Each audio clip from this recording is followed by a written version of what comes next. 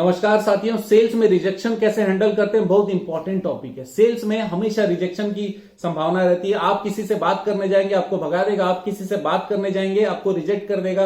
आपका कई बार इंसल्ट कर देगा, कई बार हाथ जोड़ लेगा, भैया मत दिखना आगे से। और भी बहुत सारी चीजें हो सकती कि सेल जब भी हम लोग करने जाते हैं, मैं ये सेल्समैन की बात नहीं कर रहा हूं, कोई भी जब भी आप अपने आप को बेचने जाते हैं और सामने वाले को लगता है कि ये मुझे सेल करने वाला है, तो उस समय बहुत बड़ी प्रॉब्लम होती है। तो मैं अभी सेल कैसे करना है वो नहीं बता रहा हूं, मैं आपको बता रहा हूं कि रिजेक्शन कैसे हैंडल करना है। इसके लिए बहुत इंपॉर्टेंट एक टेक्निक है, वो टेक्निक आपसे शेयर करने वाला हूं। और ये टेक्निक एक कहानी से आई है, ये कहानी आपको बताना चाहता हूं। 17 जून 1966 पॉल गैलेंटी करके ये एक पायलट थे जो कि आर्मी पायलट थे और वियतनाम के साथ में लड़ाई चल रहा था अमेरिका का, और ये उड़े वहां पर हमला करने के लिए। जब ये अपने एरिया में पहुंचने वाले थे जहां पर उनको हमला करना था, जो उनका डेस्टिनेशन था, उन्होंने पूरी तैयारी कर ली कि अब उस जगह पे जो मुझे टारगेट मिला है वो टारगेट को मैं अचीव करने वाला हूं। उनके माइंड में एक ही चीज था, कुछ भी हो जाए अपने टारगेट को अचीव करना है। टारगेट अचीव करना ही उनका एकमात्र मोटिवेशन था जब वो जा रहे थे। अब दुर्भाग्य ये हुआ कि एक एंटी मिसाइल जेट के इंजन से आकर टकरा गई और उसमें आग लग गई। आग तो लग गई, अब क्या हुआ, वो जेट घूमने लगी, गिरने लगी और सीधा जमीन की तरफ जाने लगी। उस समय ये निराश नहीं हुए, उस समय ये घबराए नहीं। इन्होंने आराम से सोचा कि अब क्या करना चाहिए। इन्होंने क्या किया, सारे स्विचेस को ऑन करके जो जो कमांड हो सकता था रेडियो में उन्होंने पहुंचाने की कोशिश की, लेकिन वो नहीं चला। इलेक्ट्रिसिटी गायब हो गई इन द सेंस खराब हो गई। अब उनके पास में रास्ते कम बचे थे। अब उनको दिख रहा था कि 3000 फीट बस नीचे जाएंगे और क्रैश होने वाला है। उनके पास में एक बटन था, वो बटन दबाने से वो इजेक्ट होने वाले थे प्लेन से। तो उसके लिए वो आराम से सोच रहे थे कि कैसे मैं करूं, और ये पहली बार होगा क्योंकि अपने लाइफ में ऐसी ट्रेनिंग कम मिल पाती है। तो उन्होंने इजेक्ट बटन दबाया, इजेक्ट हुए, नीचे रॉकेट जैसा छूटता है वो पूरा बाहर फेंका गया। उनका किस्मत अच्छा था कि पैराशूट खुल गया। पैराशूट खुला और वो नॉर्थ वियतनाम वाले जगह पे एक जगह पे जाकर वो लैंड कर गए। लैंड करके वो जैसे इधर उधर खोज रहे थे कि कहां पर छुपूं या क्या करूं, उसी समय उनके गर्दन पे गोली आकर लगती। फिर वो बेहोश हो जाते हैं। थोड़ी देर बाद देखते हैं कि वो एक भीड़ ने उनको घेर के रखा हुआ है और उनको पकड़ के रखा हुआ है। और उसके बाद उनको ले जाते हैं, पेड़ में जाकर बांध देते हैं। उनको पेड़ में जाकर बांध देते हैं। उनकी हालत खराब हो जाती है और सारे लोग बंदूक ताने हुए उनके तरफ आते रहते हैं, लेकिन वो घबराते नहीं।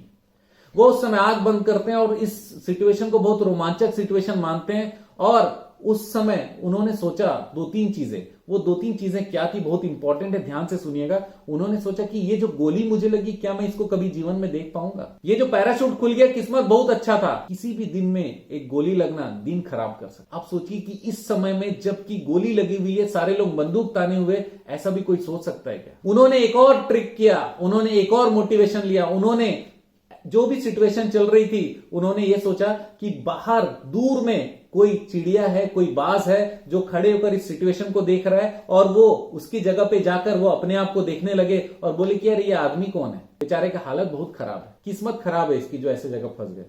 तो सिचुएशन बहुत लाइट हो जाता है और दिमाग में उनके उस सिचुएशन को सहने की शक्ति आ जाती है। और मैं आपको बता दूं कि वहां से 7 साल वो कैद में रहे वियतनाम के, और 7 साल बाद जब वो छूट कर आए तो नेवी में 9 साल उन्होंने सर्विस प्रोवाइड की। एचआर डिपार्टमेंट में वो रिक्रूटर थे और वो लीडरशिप की ट्रेनिंग प्रोवाइड करते रहे, और दुनिया के सबसे हैप्पी मैन, खुश व्यक्ति वो माने जाने लगे उस समय। जब वो वापस आए थे तो न्यूयॉर्क टाइम्स और जितने भी न्यूयॉर्क के पेपर थे, सब जगह पे उनके फोटो छपी। और ऐसा कोई दिन नहीं गया जब उन्होंने अपनी नींद पूरी ना की। उन्होंने पूरा सोया। वो बहुत आराम से और चैन से उन्होंने जीवन बिताया। ये जो टेक्निक है इस पूरे सिचुएशन को हैंडल करने की, इसको बोलते हैं एज इफ टेक्निक। जैसा कि मानो कि एज इफ टेक्निक होता है कि हम लोग उस सिचुएशन से बाहर आकर किसी और तरीके से अपने को आपको देखने लगे, उस सिचुएशन को देखने लगे, तो एज इफ टेक्निक है। इसका मैं एग्जांपल आपको देता हूं कि जैसे कोई भी एक्टर या एक्ट्रेस एक्टिंग करने जाते हैं, राइट, तो वो विलेन नहीं होता, लेकिन उसको विलेन का रोल करना पड़ता है। तो वो मन में जाकर सोचता है कि ये मैं विलन बन गया हूं, अब मैं बहुत बुरे काम करने वाला हूं, मेरा सारा जीवन ही बुरे काम में निकला है। तो विलन जैसी सोच रखने लगता है। अगर कोई हीरो का एक्टिंग करता है तो हीरो जैसी सोच रखने लगता है। वो एज इफ वाला कंसेप्ट, वो अपने आप को कुछ चेंज कर लेते हैं, अपना माइंडसेट चेंज कर लेते हैं, और वो जो चाहते हैं सोचना उस तरीके से सोचते हैं, मोटिवेशन उससे लेते हैं। और अपना टारगेट पूरा करने की कोशिश करते हैं। मैं दोस्तों आपको बताना चाहता हूं सेल्स में वापस लाकर कि सेल्स टेक्निक में रिजेक्शन हैंडल करने का एज इफ कंसेप्ट बहुत अच्छा है, क्योंकि जैसे कोई आपको इंसल्ट कर दे, कोई आपको रिजेक्ट कर दे, आपके प्लान आपने बहुत मेहनत से बताया और उसके बाद में वो आपको कैंसिल कर दे, आपने बहुत प्रोजेक्ट और उसके आप आर्किटेक्ट हैं और आपने बहुत अच्छा डिजाइन बनाया और सामने वाले ने रिजेक्ट कर दिया, तो उस समय सोचिए इतना अच्छा रिजेक्ट, इतना अच्छा प्लान बेचारे को मिला, रिजेक्ट कर दिया। आर्किटेक्ट तो ठीक था, जो कि वो खुद है, आर्किटेक्ट तो ठीक था, इसका किस्मत खराब है।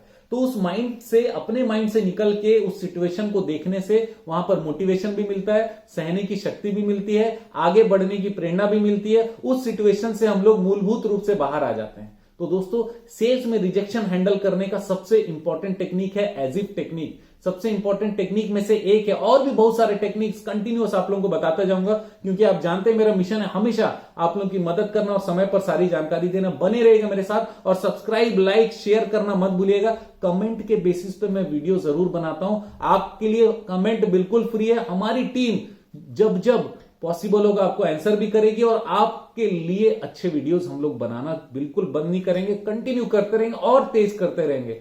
तो बने रहेगा मेरे साथ। आपका दिन जबरदस्त और शुभ हो।